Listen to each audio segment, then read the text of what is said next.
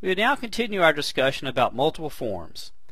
Oftentimes you want to include an about box on your form, which is simply an informational form that the user can refer to get copyright information or other basic information that the author of the program would like to include. You can create your own about box by creating a new form and then simply entering information into the labels on the form. But you can also use one of the about box's templates, which has been predefined and will add another level of professionalism to your projects. Although you can associate an about box with a button just as easily as a menu item, typically you do see these with a menu, specifically the help menu item. So I'm simply going to add a help and then about menu item that I will allow the user to interact with. Now, if you need more instruction on how to create a menu, you should refer to the lessons that focus specifically on creating menus. So now that my point of interaction is for the user is in place, I can go to Project, Add Windows Form, go to the Windows Form categories, and as you can see, one of the templates is the About Box template, which again has a default name of About Box 1, which of course, as always, could be changed. I'm going to leave it as is for now and click Add. And you can see in the Solution Explorer the About Box has been added, and you see on the screen the actual template for the About Box. Once again, you see that there's a graphic that's been included, which obviously can be changed. You see product name, version, copyright, company name, and a description.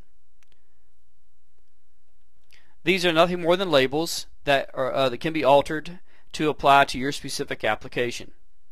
For example, the description area, I could click on the text property for the description, and instead of this default description, I will simply type this will replace the description, just to create a different item in that box. So as you can see, that has been done in the description label. Just recognize that all of these can be changed by going to the text property of each of those respective labels. Notice also there is an OK button. The OK button is automatically provided, and if we take a look at the code for the OK button by clicking on it, you'll see that there is code. This is very similar to the splash screen that's in a separate movie, where there is some default code there that if I were to remove some of the labels, I'd want to remove these, or at least comment out these lines of code as well. But what I want to point out here is that if you click on the OK button, that will close the About Box. Again, a me.close of course refers to the current form, which in this case would be the About Box. So that is, when the user is finished looking at the About Box, they simply click the OK button, and then that will return or allow the program to continue. Now I'll run the program, and as you see, our main form appears. I have help and I have about, but when I click on about, nothing happens. And that is because I have not written code to make the About Box part of this project. It's part of the project, but it's not logically part of the project. So I'll return to the form and go to the About item, double click to bring up the menu item, or the code window I should say.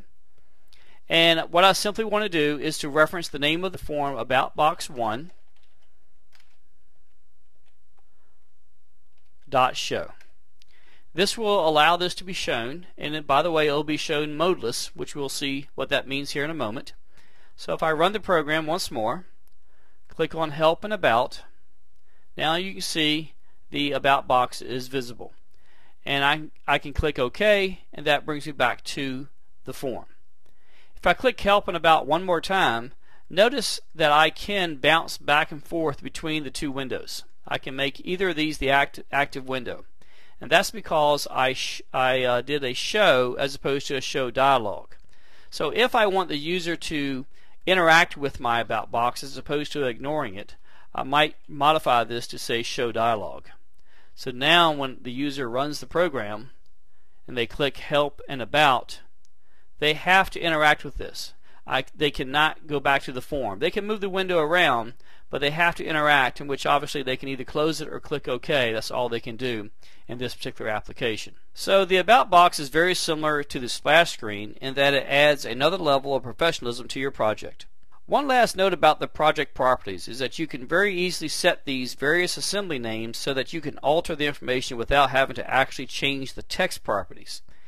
By clicking the project properties and then clicking on the assembly information button, you'll see that all this information can be filled in at one time. So if you're doing lots of projects and you don't want to have to re-enter all this information each time you create a splash screen or you create an About box, you can allow the code that is pre-written with these items to simply look at the assembly information and pull that data from there, as opposed to you having to manually change the labels. Either way will work. Just remember that the assembly information needs to be updated periodically, or your actual text properties will have to be updated. So like the splash screen, the About box is very easy to use. Experiment with it and it will add another nice professional look to your projects with actually very little effort on your part.